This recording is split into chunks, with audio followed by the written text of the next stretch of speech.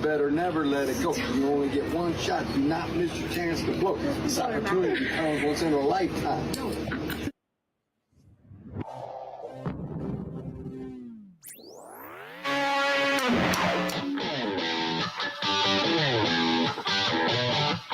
All right, welcome in. Hope you're having a great Monday. That was Jim Shady there at the beginning. Jim Harbaugh, Michigan head coach, on his daughter's TikTok overseas with a little M&M. There he is, Jim Shady, and in overseas and international, a theme of today's show as we welcome in Zach Libby, Maize and Blue Review recruiting editor, who's on the line. Zach, good to see you. How are you? Good to see you as always. Feels like every time we talk, there's something that happens immediately afterwards. And, these last 2 weeks since we last talked, there's been about 6 commitments. So perfect time to get on the horn with you. Yeah, recruiting's been hot. You go back all the way to July 1st. There was 2 on July 1st. And then if I was counting them up, which I just did, and I double checked, so I'm pretty confident in saying 4 recruits over the past 10 days, if we include number 13, Mr. Beigel from Germany. Yeah, all of them, in the 23 class, they're all except one, they're all 4-star prospects. Michigan's back in the top 50, not obviously what they want at the end, but it's still better than being number 58. So slowly but surely, we're getting back to the point where this recruiting class reflects the success that they had last season. So wait and see. Well, we're going to talk about all that today. If Michigan is going to go back overseas, if they're done there, and what's next. But we'll start with the pair of commitments. But before I even do that, you mentioned it, the team rankings, and it wasn't so long ago that Michigan was at 50. Now, they're not inside the top 10. You see Notre Dame, Ohio State, Texas, little jostling back and forth. There's SEC media days. I saw that Brian Kelly was asked about LSU's collective not being as loaded as some of the other ones, which I thought was pretty interesting. Let's see, not into the top 25 either. There's Michigan State and Purdue at 23 and 24. Minnesota, Nebraska out of the Big Ten at 27, 28. But you don't have to. You start thinking about it, and Zach, there they are, 36. But this does not reflect the latest commitment. Is that correct? It does. It's just his star profile hasn't been updated, so he's just not included on the list. So being that there's 8 4-star, 2 3-star, the remaining 2 are the kicker Adam Saman, the guy who we'll be talking about next. But who will we be talking about? Don't be surprised if he does get that 3-star rating anytime now. So that's just based on what I've been told. So I don't expect his 0-star rating to last much longer. If you're out there and you want to leave a message wherever you're watching or listening, that is available to you. We get those questions up to you right away. And let's see, even on Clubhouse, checking it out, we've got a few people that are already weighing in. I'm looking for anybody. I thought somebody had their hand raised and we're ready to come on and ask you a question. So that's available for you as well. All right. This was on Saturday. Aymeric Koumba. He is 6'4", 230 out of the Touraine, which is Paris, France. So he's Michigan has had a Canadian, a French-Canadian connection. I can remember Dayton Dubuc and Alain Kashama back around the turn of the century. But now right from the heart of France and Paris, Aymeric Koumba. What do you know about this guy? Yeah, so, I mean, I guess we got to go back to how this all started. Aymeric, he is a rising junior. He is a part of PPI Recruits. PPI Recruits is basically an international recruiting service that helps out high schoolers in Europe especially, but also Africa, parts of Australia, to get that national exposure that they may not have, being that they are overseas in order to live out their dream of playing college football. The organization is run by Brandon Collier. He is a former Canadian Football League defensive lineman.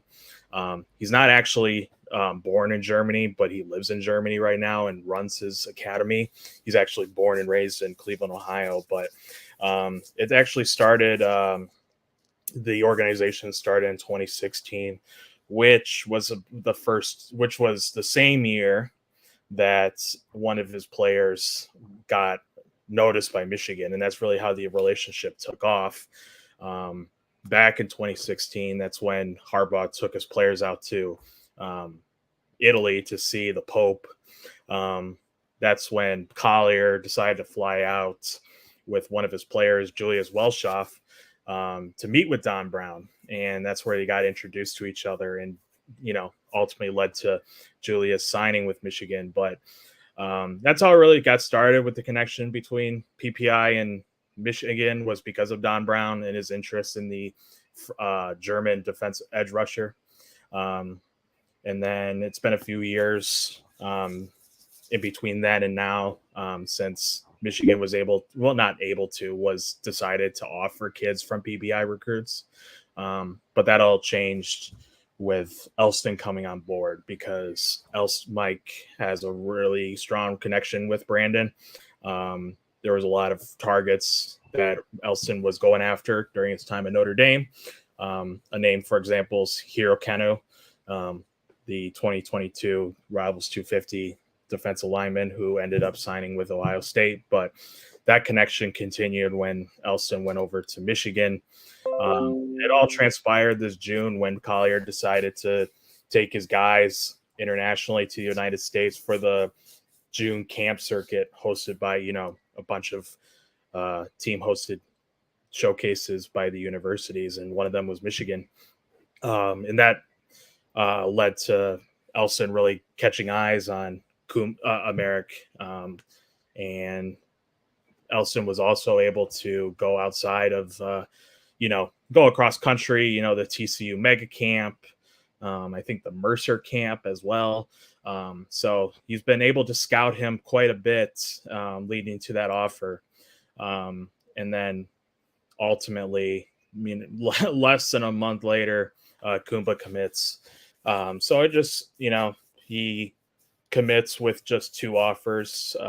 He commits with Georgia Tech, Colorado, Connecticut, Buffalo.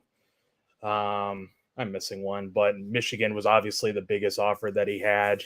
And then ultimately, the constant communication with Elston and Koumba just really showing loyalty to the guy who, gave him that opportunity, that first big time opportunity. Hence why we get a commitment in the middle half of July. Anything about, there's a lot of, I guess, unknown with Koumba. Not unknown, but there's a lot of, I guess you can say there's unknown because there's little film available on him. He is overseas, despite his frame at 6'4" and 230, with a 7'2" wingspan. There isn't much film available given that he does play overseas. The competition isn't as good, clearly, than the United States, but I've talked to Collier before about Koumba, and he believes that he can fit that stand-up edge role, much like David and Aiden last season. It's a position that's very good for him based on his frame and his athletic ability, speed, and power. You can go down on Twitter and see videos of Koumba working out in front of these coaches, so you're able to get a quick glimpse of what he can provide. But we'll see more in the next 2 years if he's able to get more film out. But this is a kid, despite being a 0-star, that if he was in America right now, we'd be talking about at least a low 4-star prospect. I've fully agreed with Collier's statement that international kids just don't get the praise that kids in the United States do just because of their proximity. It's his measurables and productivity that Koumba is able to display in France. It's much like kids that are 4-star prospects here.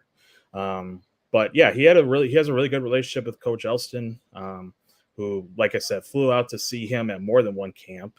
They were in a good position right when they offered. You can call it a surprise that they were able to land him and lock him up this early, but it just goes to show the work that Elston was able to do, and his what's the word his ability to find prospects, in areas that may not be scouted as heavily as others. So very, very interesting and intriguing pickup. Very raw, but with development under Elston in the next level, we could see the next great pass rusher to come out of the system.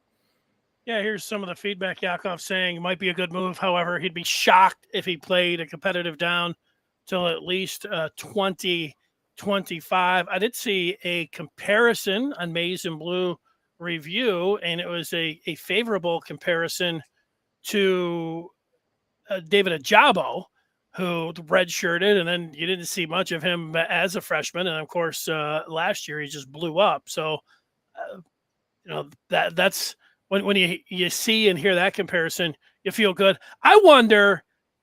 I first wondered a couple of years ago when Harbaugh was taking his players to Italy and taking them to France, like not a hotbed. I understood when he took them over like Samoa or whatever, because you see football players showing up from Samoa, but I don't know. I didn't know if you would have told me last week, do they play football in France? I would have said, you mean soccer? Like, I don't think they play American football. I didn't think they played it in Germany either. So, but here we are. So I'm learning a little bit as we go. And I do wonder if, Harbaugh was thinking about exposing Michigan on the continent over there in Europe back when he was taking his guys, more than just taking them around and, showing them the world. If he had, another motive there as well, picking up players potentially down the line. And, here he is picking up 2 this week. What do you think about all that? Yeah, I mean, anytime you can extend your brand overseas, and you have the money to do so, why not? I don't think when Harbaugh set out to go meet the Pope or, I don't know, go see the Eiffel Tower, that he was looking for the next big, diamond in the rough. But obviously that's happened right now with this year. In terms of just, I guess, why going back to that person's question and the unknown with overseas, there's a lot of, I guess, untapped potential in Europe, particularly. I'm just going to go back on a quote that Brandon Collier told me. In Germany, there's about 50 million people living there in that country alone. If you put into that perspective, there's about 300 American football clubs out there. So there's talent out there. There you got guys with size, hence Aymeric with his 6'4", 6'5" frame. You got footwork from all their years playing soccer, and just the flexibility that allows edge rushers in particular to have that edge. No pun intended, but there's a lot of things that just make European kids unique out there. Obviously, their intelligence. They some of them can speak 2 to 3 languages. Their motivation and their hunger to continue their football career in America means going above and beyond the work that American kids might do, because they have that crossroad. There's just the raw talent that hasn't been developed under, maybe an ideal strength and conditioning program that American high schools might have. But if you're able to see a kid like Aymeric who can run a 4.7 40, 122 broad jump, and with the 7'2" wingspan, that's just, you got to take a chance, even if it's such a project that we don't see him on the field for 4 years. But coaches want, especially college football coaches, they want to teach and develop those kids who want to learn and want to get better. And though a good majority of them come from Europe because they want to live out their dream, and they'll do anything possible to do so. So I wouldn't say that college football is slowly turning into basketball, where international prospects are sort of like the standard. when it comes to recruiting. But we're getting to at least to a point where we're embracing going outside of our borders to find the next great player. Michigan's obviously done that over the years with David and Julius, Quiddy. That's just some of the examples. But again, if we're talking about Aymeric being from IMG Academy or St. Francis or Bishop Gorman, we'd be talking about someone who's in the Rivals 250. But the fact that he's from Paris says otherwise. So we'll know a lot more once he arrives on campus and gets in that strength and conditioning program and see that motivation that we're talking about to get to live out that dream.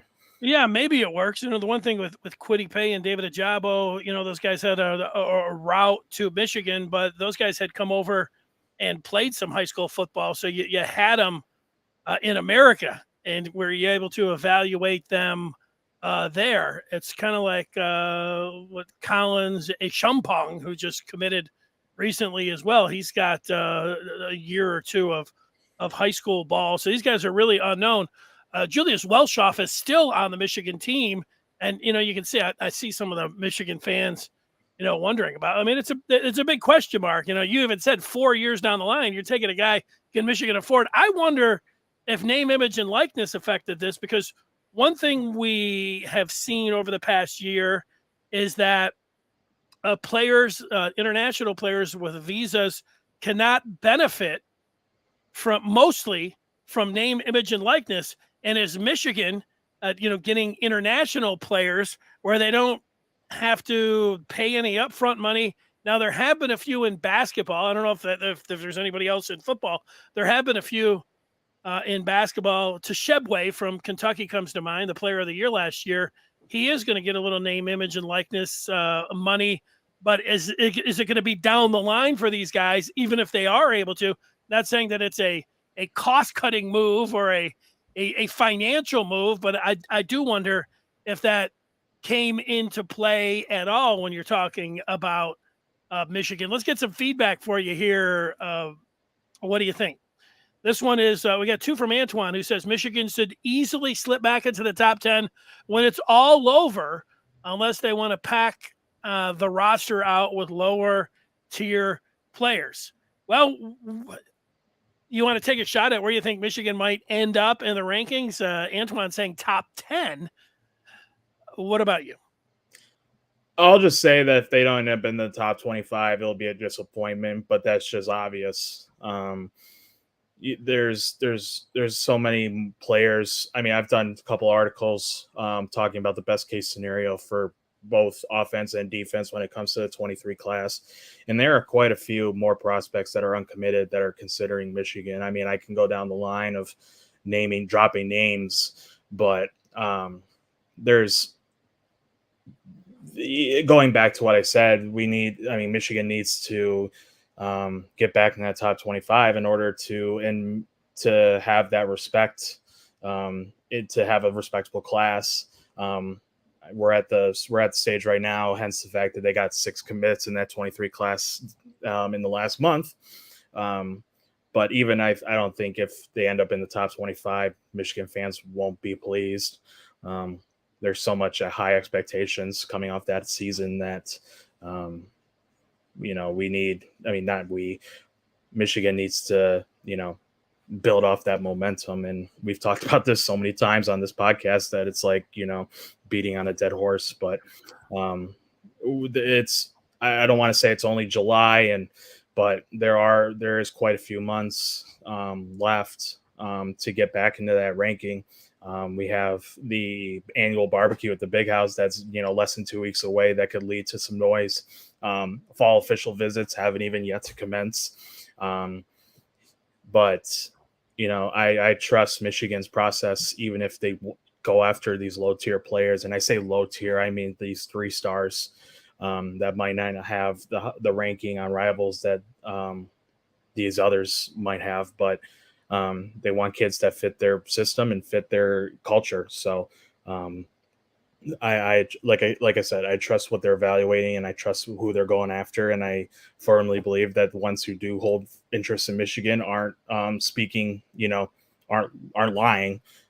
These kids truly have Michigan in their top 10, top 5, top 3. I can name one, for example, the Javian Toviano, the 5-star cornerback who took an official visit last month. He's still considering Michigan. He said that at the Under Armour All-American Future 50. I like the way he tweets. He's always tweeting about Michigan. Yeah, he has some cryptic tweets. He retweeted the announcement of Amir Herring when Dante Moore dropped his announcement. He tweeted, "You know where you're going." No, I think there's quite a few that are still considering and have yet to commit. And I hate to say the word wait, because I feel like I've been doing that this whole year, but the results have already been seen this month with all these 4-stars coming in. There's still time. There's still time for us, not us, for Michigan to get back into a ranking that, like I said, is a reflection of what they did last year. Yeah, we'll see. I think it's understandable how fans, after finishing in the top 10 last year and winning the Big Ten, thinking about, hey, maybe Michigan get into the top 5. But it is still the great unknown. I don't know if it's great unknown. It's unknown about how Michigan is approaching name, image, and likeness, on whether or not that is going to block them over the remaining months and certainly getting 5 stars or high 4 stars. And if they're going to be able to, there has been some talk that there's going to be a shift in the fall about Michigan, and that they're going to be coming out with guns blazing, so to speak, in name, image, and likeness. And if they do that, well, then maybe they will be able to flip and flop a bunch of players out there that otherwise would not look at Michigan. But so that's just going to have to play out. We've heard about that. There's a chance that that's going to happen in the fall, but we'll wait and see. I do agree with you. They're outside the top 25. It's going to be a disappointing. I think if they're outside the top 15, if you tell me right now they end up 14, I'd say, all right. They took a wait and see approach, and we're not everybody else, flashing the money, and Michigan saying, hey, we're still playing it the other way. That's way different than every other school. I haven't seen another school that's come out there and played we all know, a transformational over transactional card. So if it would, if they end up being in the top 15, while people aren't going to be happy about that, it's not too shabby. Now here's Antoine blaming the media in general because of the panic. But if you look at the rankings, most everybody that's ahead of Michigan are low 3-star recruits. It's still early.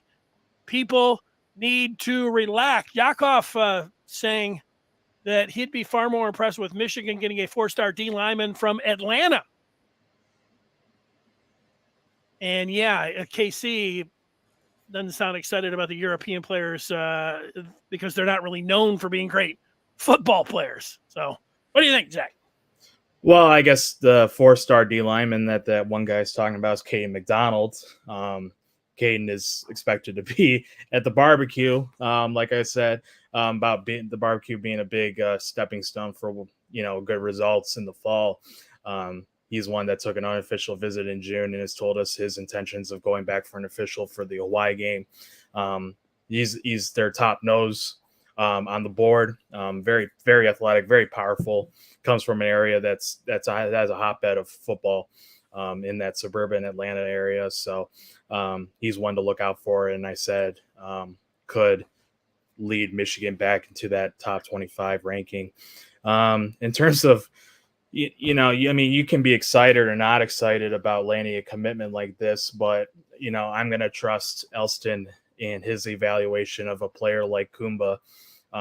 You may not be as happy of getting someone who's not a star ranking or doesn't come from America, but for an assistant like Elston, who's been doing this for such a long time, has been well regarded as one of the top recruiters among any football team since his tenures at Cincinnati and Notre Dame. He's a guy who wants length on his line and wants athletic guys.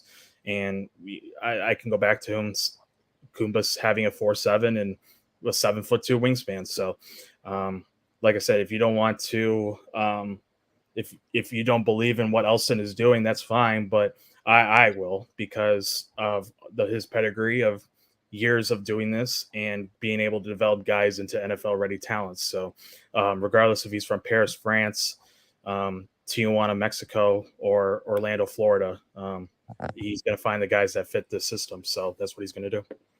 A 3-star out of Tijuana would be interesting. I go back, and this is Michigan. I understand skepticism from fans. I can think about going back to it'd be the late 80s or early 90s when the Red Wings were, drafting European players, and there was the thought like, you're not going to win with Europeans. These guys wearing visors coming over here. They don't know what it means to win the Stanley Cup. They don't know what it means, to compete in the playoffs. And you had Don Cherry every Saturday night saying, hey, these guys don't understand, the true meaning of the game. They're not going to win anything. And of course now, like, that has proved to be ridiculous. And Yakov, I think, is making a point about if it was basketball. Let's see if I can get over there and put that one up. And I completely understand. Like if you're getting a bunch of like European basketball players, it's like, yeah, you've seen that enough with their impact. Luka Doncic, you can go over and over again.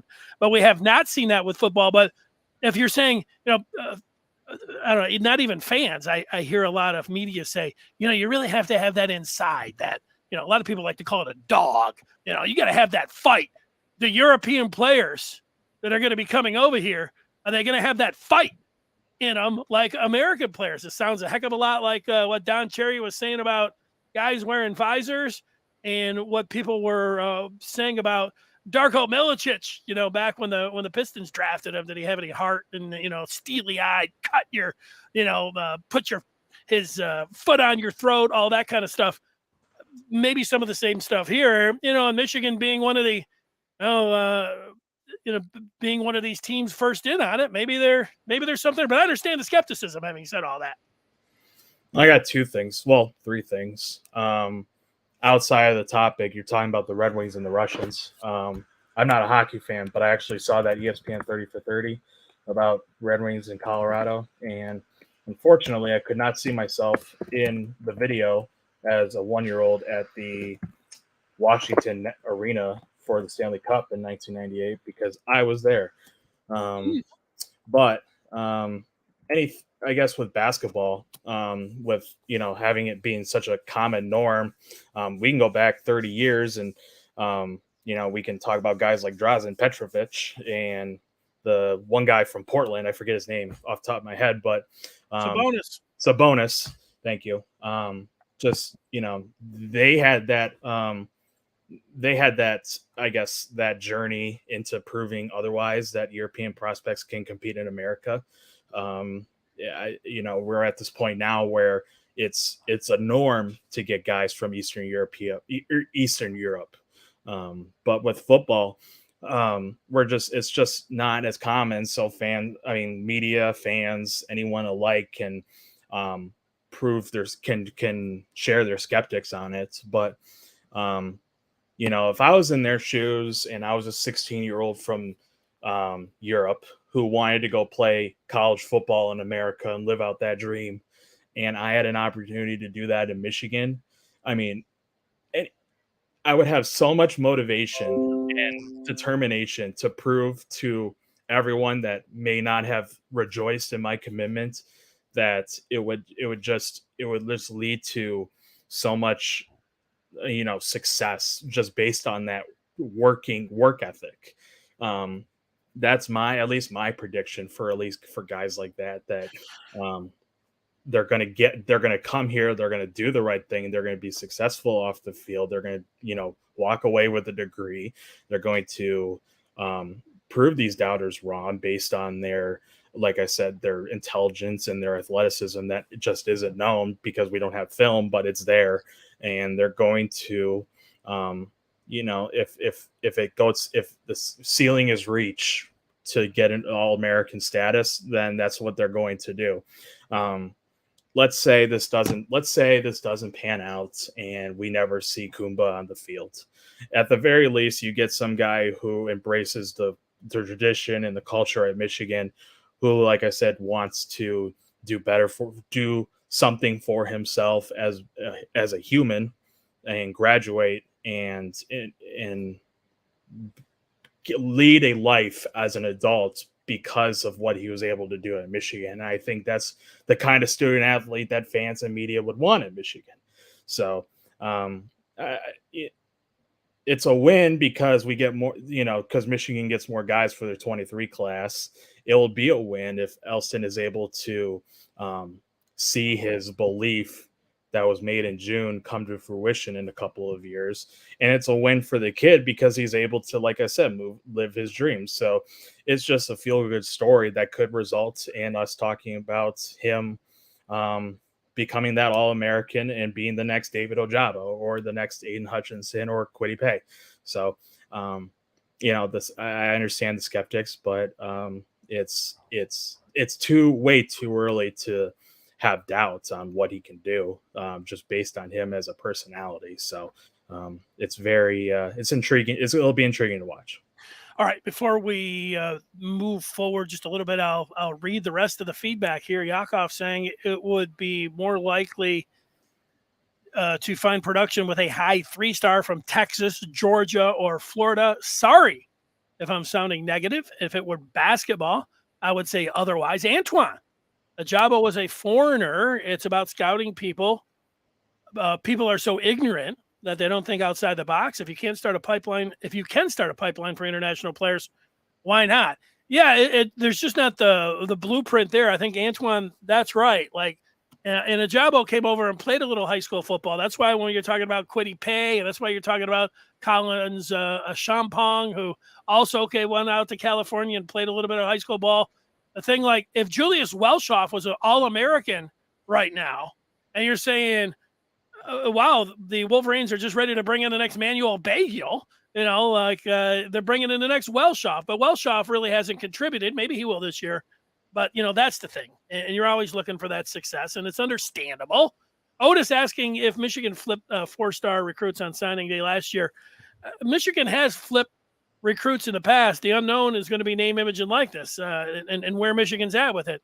If they were right where they're at right now, where it appears that they're telling players to hang in there and wait a couple years, and if you're producing on the field and in the classroom, you're going to be rewarded. That's different than a lot of the other teams that are saying, hey, before you even throw a pass, we got a signing bonus for you. Unless Michigan changes that, I don't see a lot of flips coming Michigan's way, but that's just me. I don't know. How do you see that? I mean, in terms of flipping, there's guys that are off the board like Dante Moore and others that Michigan still needs to pursue. It's not like at the end of July, at the middle half of July, we can say, oh, they're committed elsewhere. Let's move on. There's still time to, continue that relationship and hark on the fact that, they were one of the first to show interest. So why not continue? We can, in terms of what's on the board right now. I know we've talked about so much about Koumba, but there's another one that's about to join soon too. But this one has a little bit different of a trajectory once he comes into college. But we'll talk about that soon. But Manuel Beigel, 6'5", 285 pounds right now. Runs a 4.9 40. He's another out of PPI recruits that was able to get his name out there from grassroots approach based on his camp performances. I saw that he committed with just 2 offers, Michigan and Central Michigan. But according to his recruiter, Brandon, Florida, Ohio State, Alabama were some of the ones that were talking to him. Alabama especially showed major interest. His story is a little bit different in the sense that he is actually going to be playing high school football in America for the next 2 years. So he actually transferred to Connecticut this offseason, and he will be playing American football. I'm gonna look up his school right now, but his program that he's with, since dating back to 2014, his high school finished undefeated in 5 of those years, and that's not including the fact that 2020 Connecticut, dropped the football for high school. But no, we're going to see a lot of more film and a lot more exposure for Manuel because of his move to United States. I think that's perfect for his career. He's another one that Elston was able to see and find and able to lock in early. I don't think it's a coincidence. I mean, we were talking about this before we started, but him committing the day after Aymeric is not a coincidence. I think his loyalty and Michigan being the first major school to show interest and actually pull the trigger meant for him to, sign with that team. We'll commit to the team that, wanted him first. He's one that I am looking forward to and watching his huddle in these next 2 years. He will be playing both offense and defense, but with Elston recruiting him, he's obviously going to play the defensive line. He is one that with his frame, I don't know. I can't predict the trajectory of where he's going to be in the line. It just depends on how much weight he drops or loses. But he's one that's, again, very athletic, has played soccer for 16 years, so his footwork is elite. His stamina from playing soccer is also elite. His intelligence on and off the field is something that Brandon has talked about quite a bit. No, this is a second commitment. He's another one though that doesn't have stars, but with more exposure to to the American colleges by playing in this country. I think Michigan. I mean, I already know for a fact that Michigan, Central Michigan, won't be the only ones that offer him. Let me jump in before you get to that guy. So what you're saying here is neither the kid from France or Germany have played high school football. They both played football and have got noticed over at camps around in France and Germany and elsewhere. But Beigel is going to play high school football next year. What about the Koumba, the French defensive end? Is he planning on coming over, or is he going to go to Paris, to Ann Arbor, to the football field? I expect the latter to happen. There has been talk of him transferring to America, but I think if I were him, I think there would be more of a sense to publish more film and more highlights, even if he is playing overseas. So I think we should expect more of a more of a look of him. But if you're able to on Twitter, there are numerous videos of him at these mega camps and team hosted camps to show his athleticism and his awareness. So there is actual video of him. But in terms of just, an official sense, it's little defined, but I don't think him remaining in Europe is going to affect how Michigan sees him. With Elston still going to believe that this kid is going to be the next, great player with the caliber of being that great player. So I don't expect him remaining in Paris is going to negatively affect his improvement and development. No. So, but with Beigel, it can only help. I know I'm just saying one thing and another, but Beigel being in Connecticut, playing for a top tier program, preparatory academy in Connecticut will only help with his exposure. Like I said, if at this time next year, I firmly expect him to have double digit offers from these high tier programs, even if including Alabama. So, well, that's good. Hey, if it doesn't work, it's a joke. If it doesn't work out on the football field, he can always go play for Michigan soccer. There you go. Now that's a joke. What about when I cut you off? I think you were going to talk about another German prospect, this linebacker, that there was a tweet over the weekend I think from the guy you were talking about, I cut off his name, but this German linebacker, Justin Okoronkwo, who's 6'3", ran a 4.5 with a 4.07 shuttle. Best 40 was 4.49. NFL numbers, and he's got offers from Michigan, Penn State, Bama, and Ohio State is interested. That's a pretty good offer sheet. So this might be the best of the bunch. Is Michigan zeroing in on him? Do we know if the Wolverines are the leader for this player? I just want to say first, the fact that Alabama is showing interest is strictly on the fact that Nick Saban was one of 2 head coaches to personally invite Manuel inside his office to talk about his interests outside of Harbaugh. So I'm not just throwing Alabama out there just to say Alabama. I'm actually saying that Alabama is actually showing interest. But going back on Justin, kid from Germany, is very high on Michigan. From what Brandon has told me, like you said, Michigan is one of 2 to offer him outside of Penn State. He's also getting interest from Alabama and Ohio State too. He's one that has been able to get a great relationship with George Hilo and Elston. He's been to about 20 camps this year.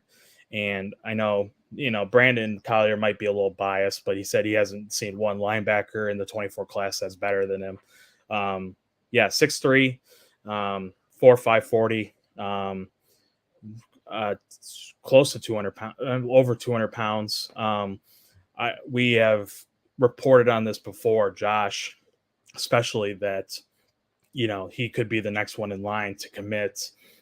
And if that comes as early as this week, it shouldn't be a surprise given that 2 of his close, members of the academy committed as, in a timely manner as they did. So this won't, Beigel's commitment won't be the last one that we see from Europe in this 24 class, and Justin's going to be the next one. It's just a matter of when he decides to pull that trigger. Okoronkwo. He sounds like a 5-star looking at those numbers. What kind of rating do you think he's going to get? So let's, for any kid who goes to Michigan and gets, and commits, they're going to have the respect level that, since a high profile school like Michigan is going to take a chance on him, that their talents merit at least a 3-star. That Koumba has already gotten that 3-star in a couple on another recruiting service. So it's only, like I said, a matter of time before that happens for Rivals. With Justin and Manuel, I think Manuel will earn maybe as high as a Rivals 250, given that he'll have more exposure in this country, and more reporters like ourselves will be able to see him live. I have to look at more film of Justin outside of his camp performances to get a true rating, but the fact that Penn State and Michigan State have offered says a lot about his potential and his raw power. So no, these aren't kids who are just going to be sitting as a 0-star in December or February. So with more development and more time for growth and maturity, we're going to see at least a 3-star from all 3.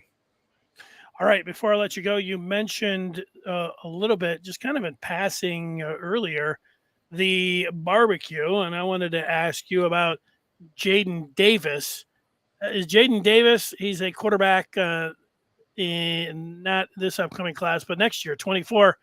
Are all signs still pointing to Davis still coming in for the barbecue? Yeah, we've heard that Davis is going to be in attendance. We've heard about that as early as after his unofficial visit in early June, when he went with Jonathan Goodwin and his son and another 4-star wide receiver. They were able to go up there together for the first time. No, I firmly expect him to be there. If he doesn't, then it'll just be, personal matters or logistics. But if he does get there in attendance, he's going to be the obvious big name regardless if he's in the 24 class or not. I still think Michigan remains in the lead. I think a lot of others would agree with me as well. Georgia I and agree Clemson. with you. Yeah. Sorry. Thank you. But Georgia and Clemson still remain contenders. I know he has high interest in Clemson. Georgia's looking for their quarterback after Arch Manning decided to go to Texas. So Georgia's also in play for another quarterback that Michigan is in as well, in Julian Sains. So that'll be an interesting battle. But if Davis doesn't commit following the barbecue, which there has been some speculation, I don't want to say it will happen, but there has been some speculation. If it doesn't happen, then I don't think Michigan will still remain a leader. I think he just wants to take his time with it, which is understandable considering he's only going to enter his junior year. But no, if they're able to pull this off and make this barbecue trip as highly coveted as it's been in years past, a commitment from Davis would just be the perfect ending to anything. So in terms of how interested he is in Michigan, you can just look at the photo that Dennis has up with the towel of Michigan. He's played with Michigan cleats at overtime 7-on-7, and he's talked highly about Michigan to reporters in the past. So it's there's, I wouldn't say a comfortable lead, but I would say Michigan is in the lead for Davis at this point. Is the barbecue this weekend or is it the following weekend? Do we actually know the date? July 31st? And that's a Sunday. So this Saturday is the 23rd, the following Saturday, the 30th. One of those two, or are they not revealing that? It's on the 31st. It's on the 30th and 31st. That's the last weekend of July. That makes sense to me. Yeah. I actually, that was not an exact quote for you saying that Davis is rumored to be pulling the trigger for Michigan. You actually didn't say that. I was about to say, please don't quote me on that because I don't want to go back to me on why he didn't commit. But there you go. You join the line of some of these recruiting analysts that are getting involved in the recruiting process, Zach, and we don't want that to happen. No, I'm just it's just I'm very speculating, but the fact that there is a there's future casts on him already, and he's coming up as early as he is after going up there in June. Even if, let's say, he doesn't commit, it just shows how strongly he thinks of Michigan and how great in play they are to land at such a 5-star quarterback. And I think he's number 5 right now in the rankings for 24. So, it would just be a great addition. And if it doesn't, like I said, end up in a commitment, it would just mean more time for him to get with Weiss and Harbaugh and establish relationships in Ann Arbor. Well, you might sound real easy, Zach, but if Michigan would have gotten Dante Moore, I would have put to rest any kind of speculation that Michigan is might not know what they're doing with the name, image, and likeness approach. And now if they get Jaydn Davis, I'll come back and say Michigan knows what they're doing with their name, image, and likeness approach. And it's a pretty easy thing. Like, they would have gotten Moore, they would have shut everybody up. They get Davis, they're going to shut everybody up. If they don't, then, they're still going to be out there saying, do they know what they're doing? I guess we're going to find out a little bit. It doesn't mean they can't or they won't get Davis, but it could shut everybody up pretty quick as early as the end of this month. I mean, if Jaydn Davis doesn't commit, there's so many talented quarterbacks in the 24 class that they're after. So I know we've said that about the 23 classes. Well, no, we haven't said that about 23 class because Dante Moore has been the lone option for quite some time. So a little bit different with this class, considering that we can talk about Julian Sayin, Michael Van Buren, Michael Hawkins, Isaiah Marshall to an extent. There's a lot of quarterbacks that Michigan's going after in this 24 class that all have expressed interest in Michigan. So landing Davis won't be the end of the world. Obviously it'd be great, but there's another 5-star that's eyeing Michigan. There's another high 4-star that's eyeing Michigan from a great system in St. Francis Academy down in Baltimore. So there's a lot of cards on the table for Michigan to get a quarterback with as high of a talent as, let's say, Dante Moore in the 24 class. Well, let's be honest. If they miss on all those guys, they can also double back and get some of these 5 stars that end up decommitting and hit the transfer portal. But you'd rather have them.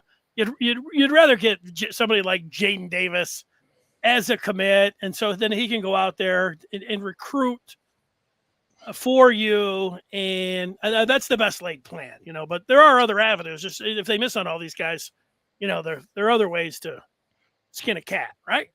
Yeah, I mean, we could have the next Quinn Ewers wear the wing helmet. It's the possibilities are endless when it comes to recruiting. So, but yeah, you always want a homegrown talent. So, go after the high schoolers first, and worst case scenario, find that disgruntled freshman or sophomore that wants to prove the doubters wrong. So, it'll be interesting. It'll be an interesting couple of years at that position for sure. Well, you've been doing a great job with recruiting. Want to notify everyone out there that all the way up to the opener against Colorado State, September the 3rd, if you want to see all of Zach's premium information, he's writing stories. They're keeping him busy. These commitments, you can join the Maize and Blue today, and you can get access to Libby's premium content for free all the way to September's opener. Use the code UFMFree22 at checkout. Go to MichiganRivals.com. Zach, thanks for spending so much time. I know the people, the messengers, I guess, they all appreciate it as well. Have yourself a great day and a great rest of your week. Thank you to everybody who decided to come talk football with us, and thank you, Dennis, for having me on again. We'll talk to you soon. Yeah, with that, I'll just say goodbye. Goodbye.